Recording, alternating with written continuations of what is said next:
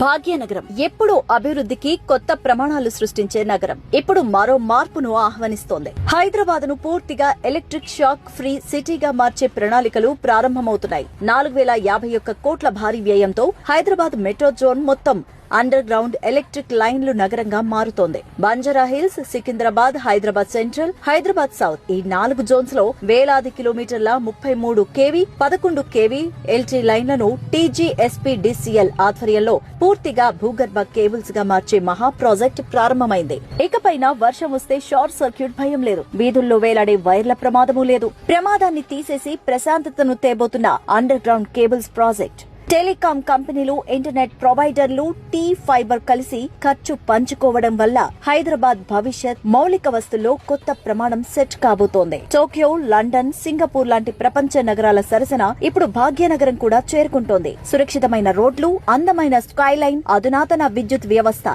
ఇవన్నీ కలిపి హైదరాబాద్ ను నిజమైన విశ్వనగరం, భవిష్యత్తు తరాలకు సేఫ్ అండ్ స్మార్ట్ సిటీగా మార్చుతున్నాయి. ఇది కేవలం అభివృద్ధి కాదు, మన నగర పౌరుల భవిష్యత్తుకు ఇచ్చే భరోసా.